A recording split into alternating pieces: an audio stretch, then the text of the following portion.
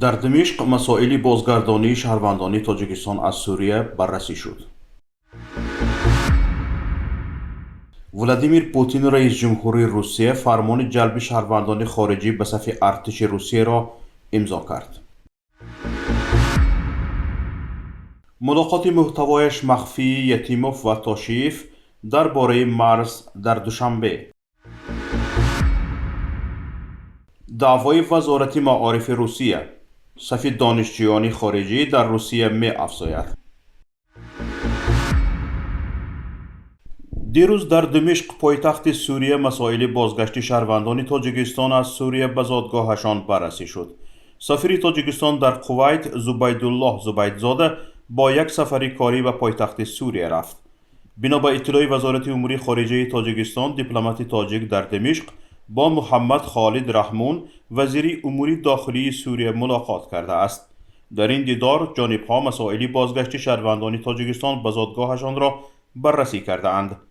همچنین مسئله‌های تحکیم همکاری‌های دو جانبه در مبارزه با تروریسم بین المللی و راه اندازی همکاری‌های ساختارهای صلاحیت‌دار دو کشور بررسی شده‌اند. جانب‌ها راجع به وضع امنیتی منطقه و جهان تبادل نظر کرده‌اند.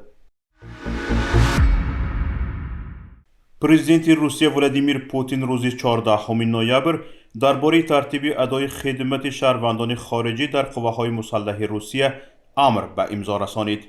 سندی به امضا رسیده در این خصوص در اینترنت پورتال اطلاعات حقوقی نشر شده است.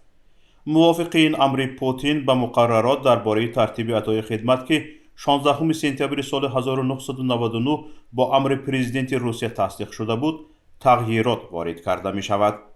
شهروندان خارجی یا دارای حجت اجازه زیست VNG یا دیگر سندی تصدیق کننده حقوق اقامت دائمی شهروند در قلمرو روسیه که در زمان آسایشته کار و فعالیت می‌کردند، اکنون ترتیب خدمت آنها در قوه‌های مسلح روسیه معین کرده می شود.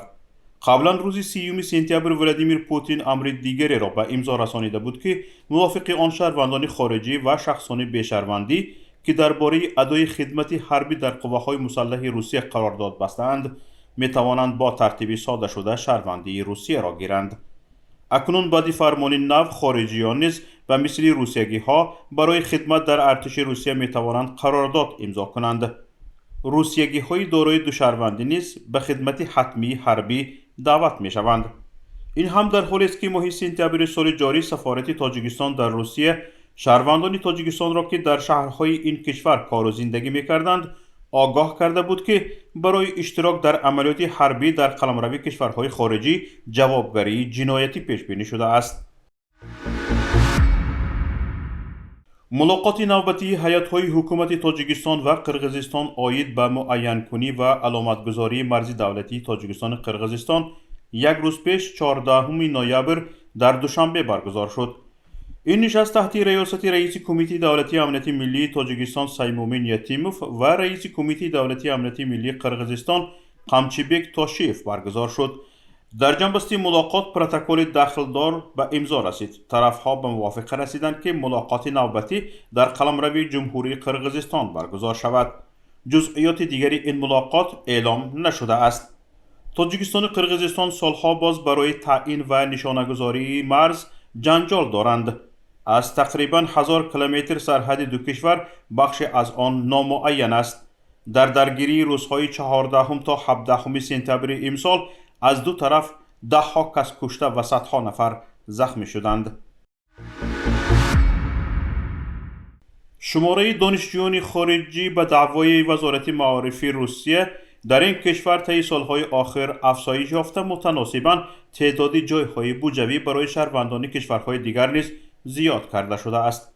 معاون وزیر معارف و علم روسیه پیاتر کوچرینکو ضمن یک نشست مطبوعاتی گفته که از دیگر کشورها از جمله کشورهای آسیای مرکزی همانا اکثراً برای گرفتن معلومات عالی مؤسسه‌های تعلیمی روسیه را انتخاب می‌کنند.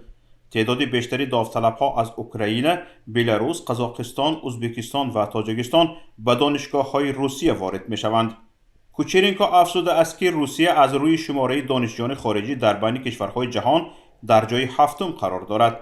به گفته او در 3 سال اخیر شماره جایهای بودجتی قریب 30% یعنی 26,000 نفر افزایش یافته است. همزمان در سال 2022 بیش از 21,000 دانشجوی خارجی به تحصیل در مکاتب عالی روسیه قبول کرده شده، شماره عمومی آنها تقریباً 324,000 نفر را تشکیل می‌دهد.